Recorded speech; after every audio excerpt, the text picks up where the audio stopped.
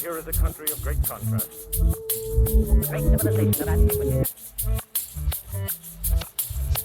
A foreign country a step away. All right, we're back. It's the Casa de Vasos. Justin in Chicago, Ada in Harlingen, Texas, and brother Jared joining in from New York City. Nathan is currently out. He is probably dead. We will see him next time. Ada wants to start things off with a little bit of a follow-up from last week's episode. I guess not last week, last time. That wasn't a week ago. Yeah, we don't even know what day it is anymore. Yeah, I just want to follow up on the beef tallow and vitamin A, just because I wanted to clarify that I wasn't sure that the vitamin A that is in beef tallow would be very effective. I do know that tretinoin and other retinoids are derivatives of vitamin A. So I did a little more reading too, and this registered pharmacist and nutritionist named Benjamin Knight Fuchs said that no one who understands the chemistry of ingredients or the biology of the skin would ever say tallow is even remotely as effective or functional a skincare ingredient as retinol. And some more information that I read about that says that there's a question of whether or not beef tallow even has vitamin A. And if it does, it's very little. So vitamin A that's pure may or may not be particularly helpful. And then the tallow may not even have any, or maybe it just has a trace of it. Isn't that something that we can analyze though? Like, haven't we been able to look up the composition of tallow and determine whether it contains vitamins or not? Yes. So it's also a point of contention because USDA says that it does not have vitamin A, but then there are other sources that have found vitamin A in tallow, but small amounts. Yes. And usually what's going to be most effective is a synthetic like tretinoin, which is so powerful that it'll kind of burn your face. I've tried it before and my skin can't tolerate it very well. It becomes a peely mess. Like the taco pea hot sauce, right? Taco pea hot sauce on my face would probably have a similar effect, yes. At least as far as the peeling. Last time I was down in Texas, I got some like taco pea hot sauce on my arm. And I just left it there because I didn't have any napkins. But after a while, I was like, man, my skin feels bad. I put this in my body? What do you think has more vitamin A? Beef tallow or the taco pea hot sauce? I would not know. I don't know enough about foods and ingredients to know whether or not the hot sauce could potentially have more vitamin A.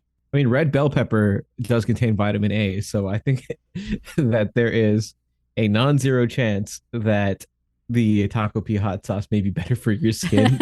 As far as vitamin A? As far as vitamin A than beef tallow. Yeah, I'm not sure though if like burning your skin with chile is very good. I mean, that stuff can be very irritating. I don't know if you guys have ever had the experience. We used to pick like little chiles off a little plant and we would make a hot sauce. And sometimes if you don't wash your hands and then you touch your eyes would start burning really bad. Or Eyes even your other hands. regions. Or even your hands. I mean, I didn't touch any other regions. My eyes were definitely very irritated certain times. Yeah. Justin has. Not to be talked about in the pod. Yeah. Yeah. Not at the moment, at least. You have to get further into the pod, not like the first 5 minutes immediately. It'd be like, subscribe to us on Patreon for the NSFW content. Yeah, I feel like it's a shame that Nathan isn't on this episode because he has dueled with the Carolina Reaper. And I also dueled. Oh, you did?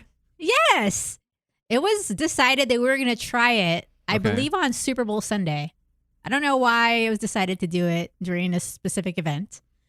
And there was burning that went all the way down the esophagus into the stomach. And the bigger issue is that the next day I felt that I was going to need to have diarrhea.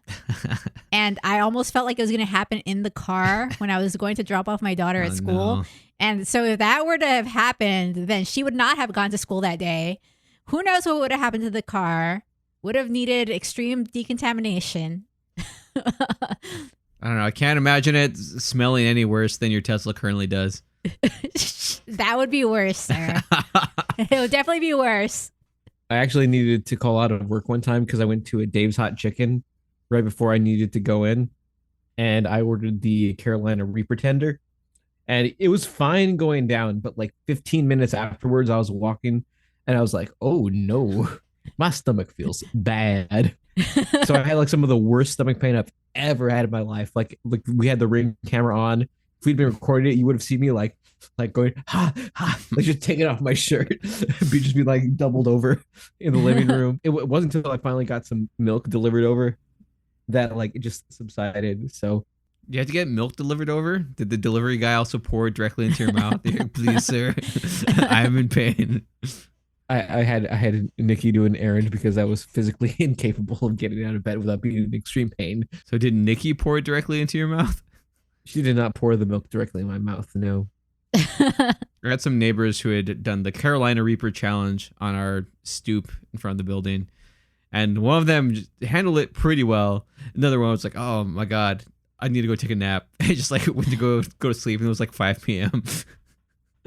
He didn't wake up till the next day. Why did it make them sleepy? I've never heard of that. He just tried to sleep it off. He felt so bad. That's a way better response than almost having diarrhea in your car the next day.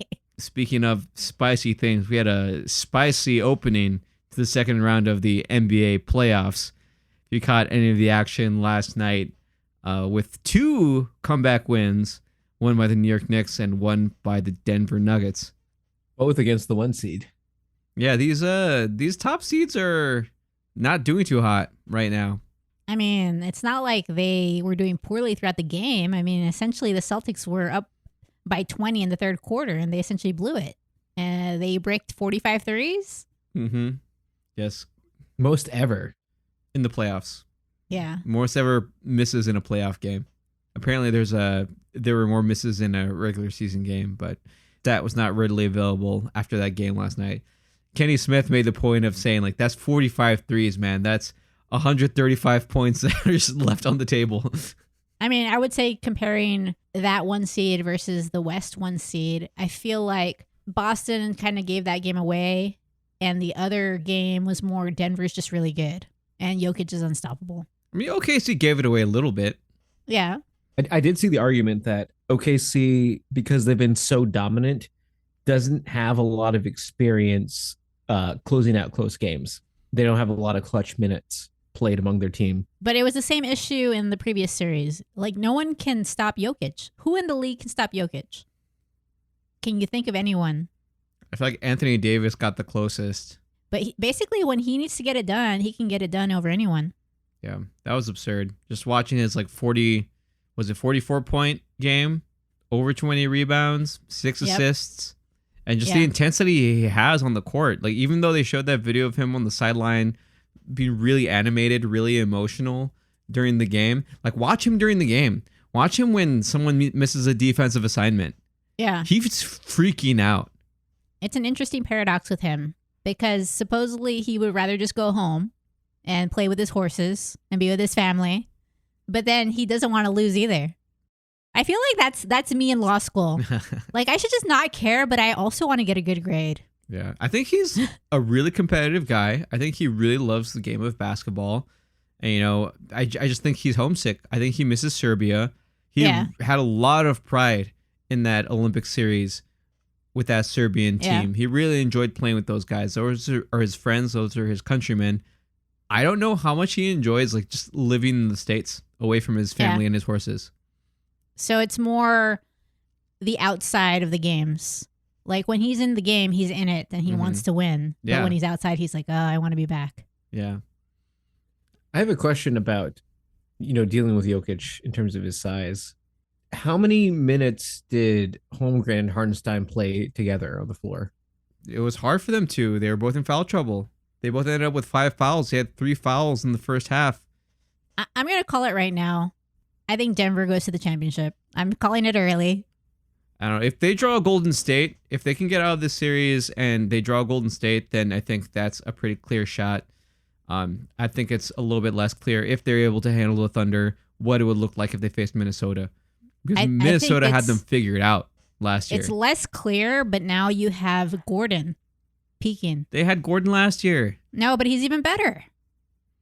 He's even better. He's peaking. Like, he made that game winner too. Yeah. Was it you who shared that quote from Christian Brown that basically that Gordon had converted part of his home into a gym? It was Nathan, but I already knew about that. Yeah. So he has a half court basketball setup, and First thing in the morning, he goes and gets shots up. If he can't sleep at night, he'll go and shoot around. Yeah. He's dedicated to the game. It's not just that, like his size. Yeah. He's tall and he's extremely muscular. Yeah, and he's smooth too. Like some of those mid-range turnarounds, those jumpers that he has, some of the ways that he finishes around the basket. He seems overall like a really good teammate, really good guy. Lots of trust between him and Jokic. They're really good friends. Yeah. Did you hear about that story about how Jokic was told by Aaron Gordon that, yeah, I'll come visit in Serbia sometime off season. And Jokic thought he was just being polite, but Aaron Gordon did. He did go to Serbia to go hang out with Jokic. Yeah. I've had friends like that. It's pretty awesome when you have people who are willing to visit you wherever you're at. That's definitely a big positive in your friendship. When was the last time you had someone visit you in Texas? I had one of my residency friends visit me. I think it was when my daughter was around 3 years old, I think was the last time. I've had a residency friend that's visited me twice and then another residency friend that visited me once. What do you do with them? What do you take them to do? Like visit the family, get some Mexican food. I think in one of the situations we went to get some oranges at a local farm, things like that. So now Denver has Jokic is their number one. I would say Gordon's their number two now. And then Murray's their third best player. Over Murray? I think so. What do y'all think? I still think as an offensive option, they're still going to go to Murray number 2. Sure. No, but I mean total strength of the player, offensively and defensively. Like I would call Gordon their second star now. I mean, if you want to rank it that way. Yeah. I mean, he doesn't have the same volume that Murray does. I feel that's the biggest thing that kind of separates what your options actually are. I mean, Gordon in a pinch can operate that offense pretty much on his own. Like when I went to that Warriors-Nuggets game, both Jokic and Murray were out. Gordon had over 30 points and he won that game for them. He was doing it everywhere. He was doing it on the inside. He was doing it at the mid-range. He was doing it at the three-point line. Yeah. Speaking of the Warriors, I mean, what you're describing, I think, is more of Draymond's role in peak Warriors, right? Like kind of a defensive linchpin who also can, ball out on offense a couple nights a week. Yeah, Gordon is way better offensively than Draymond, though. Draymond still, whenever he shoots a three, I'm still concerned. The backpack three? The backpack three. Like you literally can superimpose a little backpack through Photoshop and it looks like Draymond is wearing a backpack. That's what the backpack three means. The biggest thing that worries me about the Nuggets is their depth. Yeah. They went a little bit deeper in their roster against OKC. Patrick Watson got some more minutes. He played a lot better, making some good plays on the defensive end. Still has a lot of work to do on his offensive decision making. There was one sequence where he got a really timely steal and then just like took it down to the other side of the court and had a completely missed bad shot that he shouldn't have taken. They do have Westbrook, who is a bench player. He scored 18 points, but he continues to be solid. But, I mean, they're still missing KCP and Bruce Brown. Reggie Jackson. They had all those guys. Yeah. Are they all out for the season? No, they're just playing for other teams. They didn't re-sign them. I mean, they probably were going to make money elsewhere. Hey, but they got Dario Saric. So back to Boston, New York. Oh, that game was awesome. I mean, Brunson again played really well. Bridges was clutch defensively at the end. Had some offensive plays as well. I was in the middle of a rehearsal, and everybody was just decided to end early so we could watch the last minute of regulation. OG was also huge for them. He was doing it all on both ends of the floor. And the amount of minutes that both OG, Josh Hart, and I guess like Bridges too, played in that game were a real testament to how good shape they're in. They played really well throughout. They were challenging the perimeter players for Boston. The defensive strategy was very interesting. They were really concentrated on all those perimeter shooters, but Boston never took the opportunity to try to take advantage inside the paint. There were a couple of times where they had one-on-one matchups in the paint for people who are usually strong finishers, and I guess they're just offensively used to just kicking it out for a three. And they would do that every time, and then it would miss.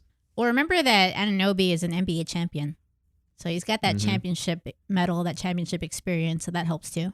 Yeah, Dwight Howard is also an NBA champion. Yeah, but Anunoby actually was like integral to that team. Well, do you think it's sustainable? Because Vegas is not. Nope. The Celtics are currently 10.5 point favorites in game 2.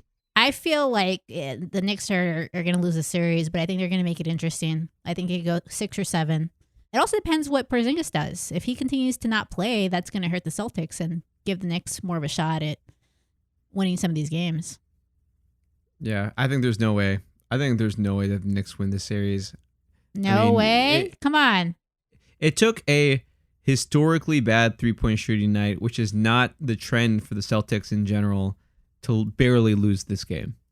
Yeah, but you gave Brunson, Bridges, some of the other players confidence that they can win a game. Yeah, but also it depends on their health, too. Yeah, of course. These guys, and whenever you're with a Tom Thibodeau team, they tend to break down because of how many minutes that they have on their bodies. Yeah. I mean, it's the playoffs, though. Like, a lot of minutes are happening. I mean, how many did Steph play in Game 7? I felt like he never came out. Did he come out? I don't know. It seemed like he was always playing. Let's pull up the scoreboard. Sunday, May 4th. Steph Curry played 46 minutes. Yeah, I felt like he never came out. So he came out, what, for 2 minutes? Like, in the playoffs, it's going to happen. So, the Thibodeau experience is more consistent with playoffs. The issue is when he's doing that in the regular season. I guess you do get an idea of what your best lineup is, and you get them practicing with each other in game situations much more often if you're tightening the rotation that early. But having real depth is such a huge advantage in a long and brutal playoff series. I mean, real depth. The issue is that now a lot of these teams are so top heavy, so you can't really get that real depth. Because of the second apron. Well, all of those teams that were built with that kind of multiple star mentality, that's one of the things that's going to make it extremely hard for Denver is how deep that OKC team is.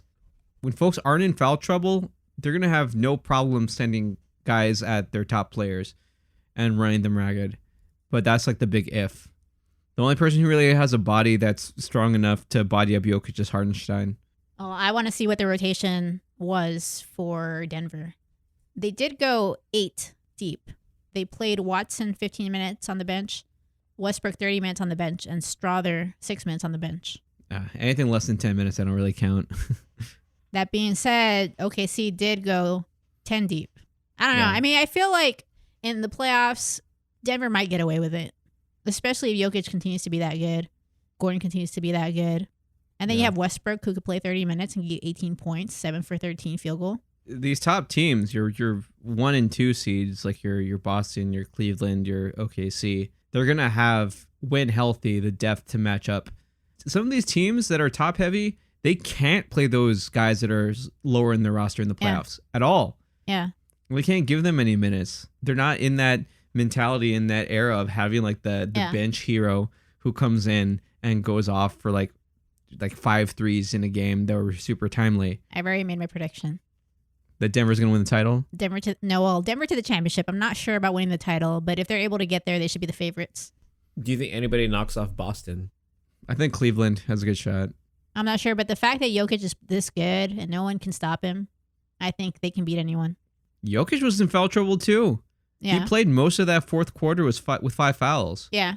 So that's not a given either. If Jokic fouls out, he's fouled out in a playoff game before. Of course, it's not a given, but they're 7-game series. If he continues to play well, I mean, again, who can stop him? Well, as we speak, the Cavaliers are about to tie up the series, barring a crazy last-minute sequence.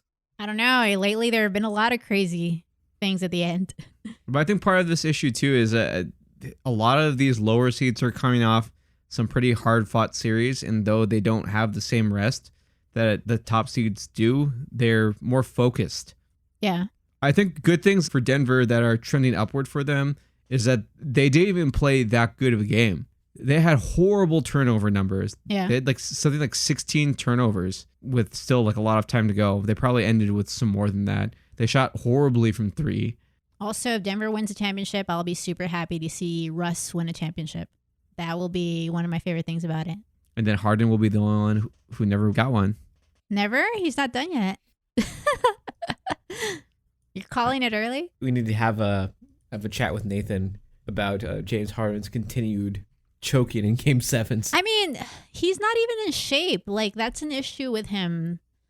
Like, he doesn't really work out a lot in the summers. He's known to come in with a little bit of a belly.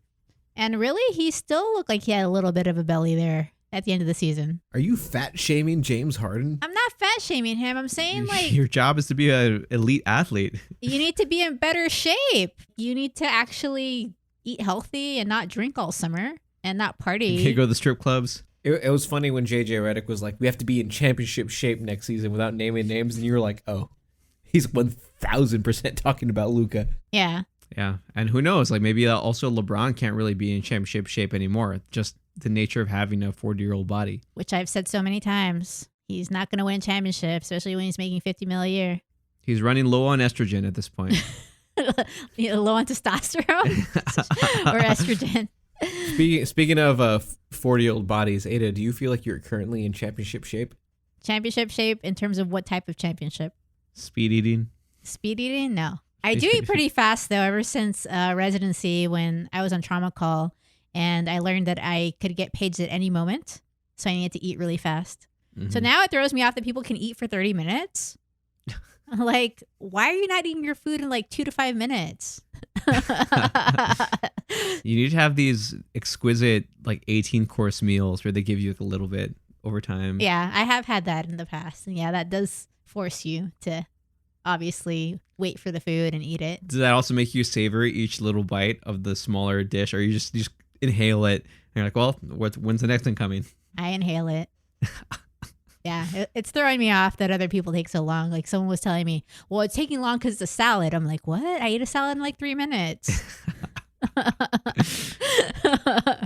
We need to take a video of you, like time it out, how you normally eat a salad. What if it's like 1 minute?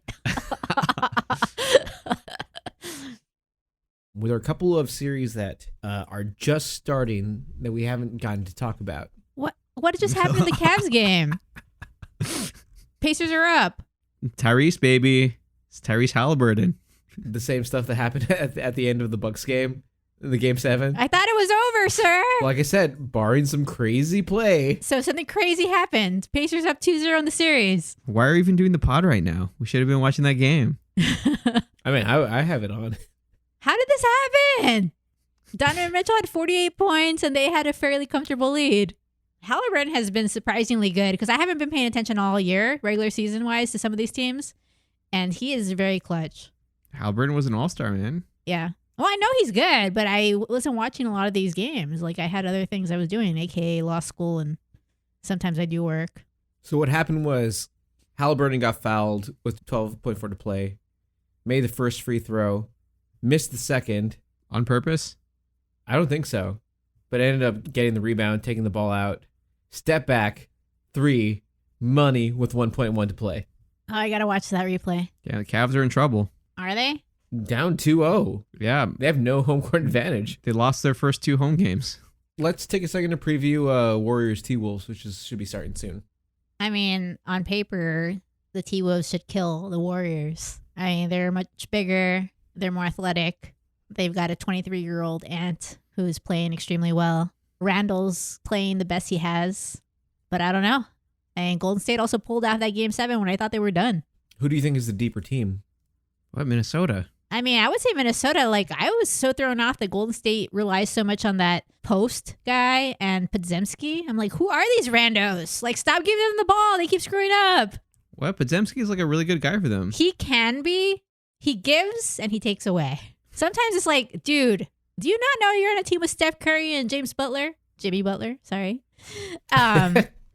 Like, why do you have the ball for 12 seconds? Just because of the lineups that the Warriors playing Draymond at the 5 over so much time, it's entirely possible that they play Rudy Gobert off the floor during this series. Really? I mean, it's possible. I mean, in terms of matchups, like they can pull him out towards the perimeter if they're not playing a zone, if they're running that switching defense that they like to play. And we've seen Gobert get cooked by smaller, faster guards on the perimeter. But he's too important to this team to be played off the floor. There were some games in that LA series that he didn't play a lot because the lineups didn't dictate that he needed to be out there. I mean, he's really bad offensively, Yeah, right? You're telling me that after his 27-point game to clinch the series against the Lakers? I think he's competent offensively. I think has a lot of trouble finishing around the rim and creating his own shots. But he's an excellent offensive rebounder. He's a solid roller too. All that considered, what is your prediction for this series? Minnesota wins In 5 or 6. It says mini and 6. I wouldn't be surprised if it's a sweep even. Ooh. Are you feeling bold enough to call it a sweep right now? I can't because I'm just so thrown off by Golden State, how they can sometimes look like they have no shot and then they could win a championship. And they should not have won that Houston series. They looked really bad in game 5 and 6, I thought. Their stars got all the experience. And then what they did in game 7 is they literally just ramped up the intensity to like a level 15 from the beginning. It's the playoffs, baby. Yeah, but is it sustainable for all of their players at their ages? Is the question for me. I don't know. In 2025, for some reason, the players are just so much healthier. Juicing. I don't think it's juicing. I just think that they've learned how to take care of their bodies. There are all these trainers on staff, nutritionists on staff, doctors on staff that are helping them out, optimizing everything. As long as you follow the schedule and don't go to strip clubs all the time, like James Harden. I think this is a series that's probably going to have the most variance in terms of lineups for folks. Like, I wouldn't be surprised if night to night we see just different guys leading each team in minutes. Justin just completely ignoring the strip club's comment. I already made the strip club comment earlier, and you didn't say shit about it. So, Now, I was just bringing up that, like, as long as you follow the process and don't go to strip clubs, your body will be in good shape. I'm sure you can be in great shape and still go to strip clubs. Yeah, what if you don't drink at all when you go to the strip club? Why would you do that? I don't know. NBA players are just built different. I do want to talk about how awesome the playoffs are. Yeah. Nikki is not someone who has historically watched sports, but she's been really getting into the Knicks playoff run. And the other day she just said to me, like, the playoffs are awesome. Yeah. They are. I wish that other people would also be open to watching the NBA, especially in the playoffs, because I don't really think there's a better product out there in professional sports, at least in the U.S. So it depresses me sometimes that my daughter doesn't have any interest, because I had interest by this age. Yeah, well, it might change. Right now I feel like hopeless about it. But yeah, I guess it could change at some point. Yeah, you've already grieved the loss. You've accepted defeat. Yeah, I'm not going to be able to talk to her about all these things. All these amazing playoff games. I watched the entirety of both those games last night, and like in my house alone, both times I said, "What the fuck?" out loud. Once was not even like the go ahead shot for New York. It was Mikal Bridges just like stealing the ball directly from Jaylen Brown's hands to close the game. Yeah. And then the other one was the Gordon 3. Yeah. I did not watch the end of that game live, the Denver game, just because I need to sleep. At some point, like, I can't be staying up every night when I have a child that has to go to school fairly early in the morning. West Coast schedule. Have her drive herself. She's having to go to school earlier this week. And no, she's 11 years old, so she cannot drive herself. Have her call an Uber. Wait, why does she have to go in earlier? There are certain times that they're assigned to do safety patrol duty, like with school drop-off in the morning. So how does she patrol for safety? She opens doors for kids, and the teachers watch them, make sure no one gets hurt. Oh. I don't know. I think it may be part of just trying to instill some leadership in them, having them out there opening doors, getting comfortable with being a leader in some way, an older student in some way. I don't know. How would you rate your daughter's leadership skills at this point? Probably average for an 11-year-old. Does she have a posse? Does she have a friend group? Yes. A posse, specifically. I don't know about a posse, but she has a good friend group. She has a lot of friends. I think it's very interesting because I had a hard time making friends, and she has a lot of friends. I think it helps, too, that she's been with the same kids more consistently throughout K through 5th grade. She's a social being. Is she? I mean, she's been social with Nathan recently. She's like, oh, let me show you my PowerPoint. What? Yeah. What's she making a PowerPoint on? I don't know. It has something to do with their creating a business at school. They had to create a business plan. I was about to joke that was some kind of Shark Tank shit, but apparently that's it. Yeah, basically, Shark Tank. Wait, what was her business idea? Well, it's a group idea. She said it was going to be called Diabetes in a Box. Essentially, What? very unhealthy snacks in a box. Why would anyone want that? especially if you call it diabetes in a box. Honestly, like they already want that. They see the people see the worst foods and they're like, yes, I'm gonna eat it. I know it's bad for me, but it's so good. It's like a man versus food kind of thing. It's just like a snack box. So what is in the snack box? What's the pitch? I'm not even sure. She told me it was gonna be multicultural, but I don't know what the plan is currently. So there's gonna be high chews. And there's gonna Candies. be Mexican candies. I have no idea. So Yeah. who knows? I feel like some of those like American candies mixes, there's always some losers in there. I think we could do with some better overall qualities of candies. I want to say that Nerds clusters are my favorite candy now. So definitely put that in there. I was a big Nerds rope guy back in the day. A big nerd guy? Nerds ropers. Nerds ropes. Yes, it's Nerds the same thing. ropers. Like the ropes and the clusters are the same thing essentially. I just love that candy. Like that is like the perfect movie candy. If you get some really good buttered popcorn, you get some nerd ropes or clusters. Yeah. And a pickle. Yep, pickle, and then like a smaller Diet Coke or Coke Zero that I'm not gonna throw in the air. You did not throw it in the air. You threw it on a person. Yeah, exactly. You're acting like it was like a geyser. Like we all came down vertically on the sky. Yeah, I'm partial to the sour candies. I've definitely torn up my mouth on sour Skittles before. Have you had the freeze dried ones? Yeah, I've torn up my mouth on those as well. Those are extra sour. Those have a warning on them. That's basically like you will hurt your mouth if you eat too many of these. Yeah, like my mouth was hurting for days. Like it was raw. That's dangerous. But there are better candies out there. I don't know. Does anyone like Smarties? Yeah, because it makes you feel smart. It's like I feel so superior eating these chalky little tablets that taste kind of like fruit. I actually do love them. She likes Smarties and Nerds. Yep. Wow. Specifically the nerd clusters and ropes. The nerds by themselves are okay, but I love the ropes and the clusters. Got that chewy and crunchy texture. Yep. If you ever order audio gear from Sweetwater in Fort Wayne, Indiana, they'll Yes. ship you a little tiny bag of candy. Yes, I also ate that. I ate those candies as well. My favorite that they send over is the Laffy Taffies, so I'm kind of upset whenever they don't have them. And I don't really enjoy it when they put in Tootsie Rolls.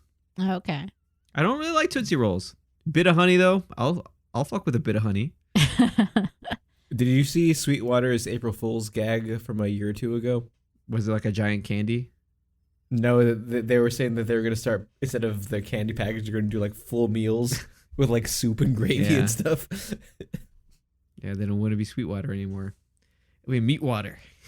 Feel like we're getting close to the end here, but I do have a short mailbag question from Michelangelo in France, and he wants to know why we missed the opportunity to name the podcast Casa de Vasos and have a podcast about cups. Is that a serious question? As serious as you want to make it. Why would we have a podcast about cups? That would be like 3 episodes. I mean, I think you could have a whole podcast about cups. Everybody's show and tell their favorite like cups and mugs in their house. I mean, Ada has a bunch of like commemorative cups. I have so many. It upsets me when something happens to one of them. Like last week, someone, not me, somehow broke my Syracuse Law mug, Oh, like a really nice one that I have. The handle came off, supposedly can be glued back, but that was a little bit depressing. It was Mom. I will not disclose. You know, we should make that like a kind of BS segment that we do every now and then. Just like, all right, now Casa de Vasos, talk about your favorite cup today. I do have a lot of favorite cups. Like it actually elevates my mood if I use certain cups because it reminds me of something. Like Hawaii trips. I have a lot of Hawaii trip mugs. I have no Hawaii trip mugs. I don't know why that is.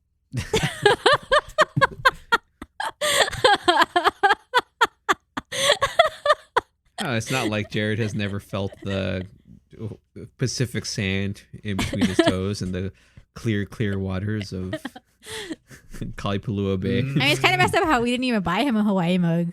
Like, at least. He doesn't know what Dole Whip tastes like. It sounds like we have to take Jared to Hawaii. Have you ever had a Loco Moco? Yes, in California. So if I win the bet, then Jared goes to Hawaii. But no one else, just Jared by himself. Not even Nikki, just solo trip. solo. Like there's gonna be like a whole family at the table at a luau, and Jared will just be at the end, just hanging out, stuffing his face and drinking drinks. I mean, I have seen people that travel alone. Like, it actually is not bad because you end up just like meeting people and hanging out. We'll do our own little White Lotus. What does that entail? I haven't really watched that show. Just being an asshole. Oh, it's awful. Just being an asshole, like a rich asshole. Like, why didn't I get the premium seating? No, you're still on season 1. I never watched it. I've just read What? about it. I just read about it. Why didn't I get the real lay? No, that's like the very first episode. This one guy just cannot get over how he didn't get the better suite that he thought. Really? I was just joking. Yes, yes. That's the whole first episode of the first season. Damn it. Yeah, and you also have to, if you win, you also have to fly Jared first class by himself.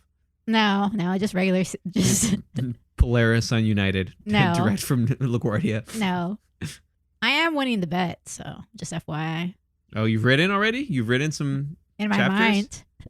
You might? In my mind. We're already a couple of months in. I have 3 whole months, sir. Wait, what's the new bet? No, there's no new bet. It's the same bet. I have to write 200 pages of my novel. Okay. So if we're talking about scaling this out, Now Jared's going to be asking me if I'm writing, so he's going to motivate me. when did the bet start? Jared gets to go to Hawaii regardless. What? Jared was never in the bet. No, the bet was that if you don't write it, you pay for the family trip to Hawaii. Oh, Jared was involved somehow? Family trip. Yeah. Okay. So let's talk about the timeline. So Okay. when was this bet made? What was it, like in January, February? Well, there was an original version of the bet that was done last Yeah, fall. so that No, bet no, had no. The failed. version that was on the pod. The version that anyone who's been listening since the very beginning knows about. It's the episode that's called A Family Bet or something. Go check it out now if you haven't already. Is that a good place to start? I don't even know if that's a good episode or not. I would like to think that all of them are good episodes, but I believe all the episodes are good. And I'm a big self-critic. A Family Wager is March 1st. We record on 2/26/25. So I have till 8/26. you're already a quarter of the way through your allotted time. Yeah. You've written nothing. Yeah. And I'm about to go into the summer. So I'm about to have so much time to write. I'm going to run in the morning, then I'm going to write for an hour and a half every day. So you're done. If you say so. Yep. All I'm right. going to write about Comet.